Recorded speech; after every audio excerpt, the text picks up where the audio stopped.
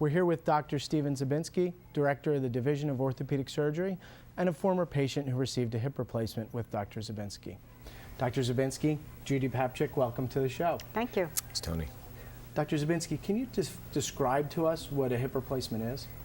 A hip replacement is a replacement of the ball and socket of your hip joint with a prosthesis, with a component that goes into the thigh bone, which is the stem, and with a component that goes into your hip socket, which is the cup or acetabular component of a hip replacement. And it's a ball and socket joint. Oh, great. Judy, can you describe why you chose to get a hip replacement? What symptoms did you have? Well, I got to the point where my quality of life was just going downhill. It started slowly and then took a big dive. I got to the point where I could no longer go step over step. I tripped up steps, which put me at great risk for, breaking a bone. Yeah. I was awake during the night with discomfort. I had to use what I used to call my walking stick around the house. Okay. And it was time to do something. Now I have to note, Judy, that you were not the patient in the video.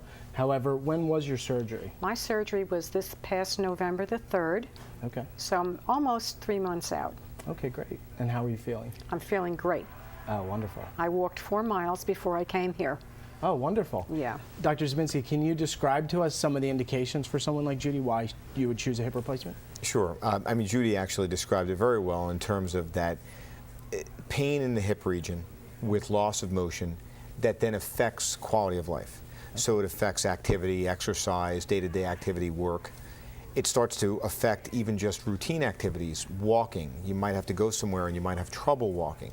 And then you can start to wake up at night. And those are the types of things that will lead someone to an orthopedic surgeon. And you can try non-surgical treatment, anti-inflammatory medication, stretching activities. But the hip is the biggest joint in the body. So when it starts to become very arthritic, bone rubbing on bone, it gets very painful. And then hip replacement becomes really the only option for the patient. Okay. Judy, did you do anything to get ready for the surgery? Absolutely. Even before I made the appointment, a year before, I went to the education class at the hospital. It's called the joint replacement class, and I really learned a lot. It helped me to kind of get my mindset about it, and the other thing I did was to try to get myself in as best physical shape as I could. I tried to stay active, but it's very difficult when you have pain. Yeah. So I went from a power walker to a swimmer, walking in the water in the pool, which I think is a great thing to do. Great. Yeah. That's wonderful. Thank you. Dr. Zabinski, can you tell us some of the risks to getting a hip replacement? Sure. With any leg operation, we always worry about blood clotting. And anytime you're doing an implant, we worry about infection. And those are the two main risks that we discuss with patients. Yeah. It is also a ball and socket joint. And we do have to tell the patient that they could pop the hip out of place.